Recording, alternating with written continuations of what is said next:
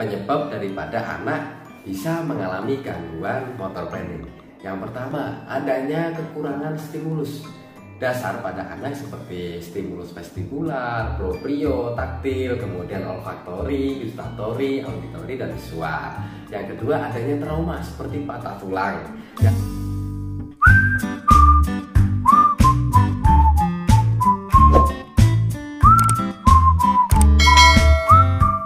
Hai Mom and Kids, perkenalkan saya Ryan Fadli, terapis okupasi dari Pelangi Center Ponorogo.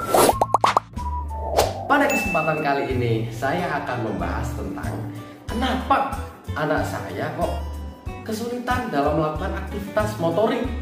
Apakah itu merupakan gejala gangguan keterlambatan? Apa efeknya terhadap aktivitas sehari-hari?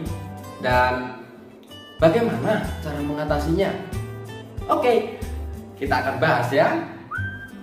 Pada usia 0 sampai dengan 5 tahun merupakan usia emas bagi anak untuk melakukan optimalisasi stimulus daripada motorik kasar dan motorik halus, yang di dalamnya terdapat motor planning skills atau kemampuan perencanaan gerak motorik.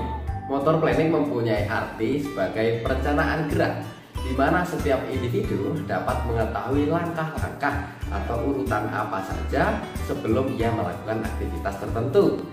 Nah, Moms, di dalam sistem saraf pusat, motor planning ini terjadi begitu cepat. Aktivitas merangkak, berjalan, melompat mungkin terlihat sangat sederhana. Namun, otak sudah merencanakan atau memprediksi bagaimana proses gerak sebelum individu itu melakukan aktivitasnya. Kita ambil contoh lain, aktivitas lempar tangkap bola. Nah, di situ otak akan merencanakan bagaimana tubuh kita itu bisa melakukannya. Bagaimana tangan kita itu bisa memegang bola agar bola tidak terjatuh. Kemudian sejauh mana kita bisa mengambil jarak agar bola itu bisa dilempar dan ditangkap dengan sempurna. Nah, kemudian ciri-ciri anak yang mengalami gangguan motor planning. Yang pertama, adanya keterlambatan pada anak. Misalnya pada usia 6-9 bulan harusnya anak sudah belajar untuk berdiri. Namun di usia yang ke-15 bulan anak belum belajar untuk berdiri dan masih dalam tahap pada merangkak.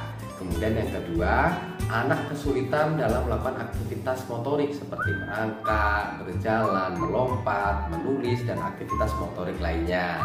Kemudian yang ketiga, anak tidak dapat melaksanakan perintah dengan baik.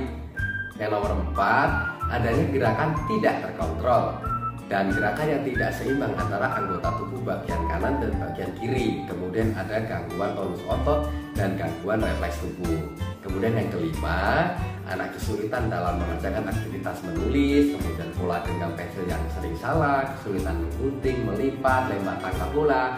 Dan ada lagi, anak sering tidak bisa menggenggam sebuah benda itu dengan baik. Jadi ketika anak menggenggam benda, itu bendanya mudah jatuh.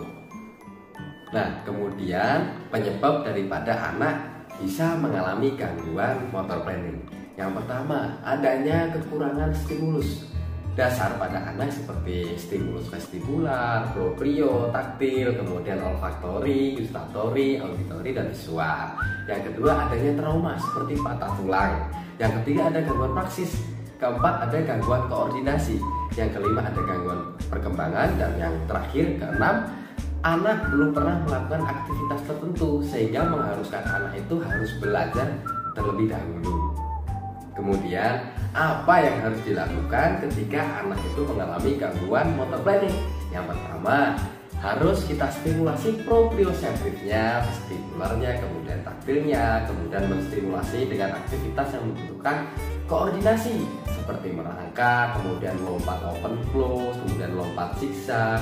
Kemudian anak itu diajari untuk pemahaman preposisi baik kiri, kanan, depan, belakang, atas, bawah. Kemudian pemahaman mengenai body shape, kemudian pemahaman anggota tubuh, dan yang terakhir stimulasi fine motor dan gross motornya.